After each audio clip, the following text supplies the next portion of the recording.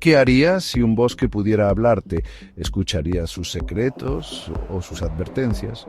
Un bosque podría contarte historias de siglos pasados, cómo ha cambiado el mundo, cómo la naturaleza lucha por sobrevivir y tal vez advertirte sobre los peligros que enfrenta el planeta. La pregunta es, ¿estamos listos para escuchar lo que tiene que decir? La naturaleza nos habla de muchas formas, aunque no siempre con palabras. Si un bosque pudiera comunicarse contigo, ¿qué crees que te diría? Escuchar a la naturaleza podría ser el primer paso para salvarla.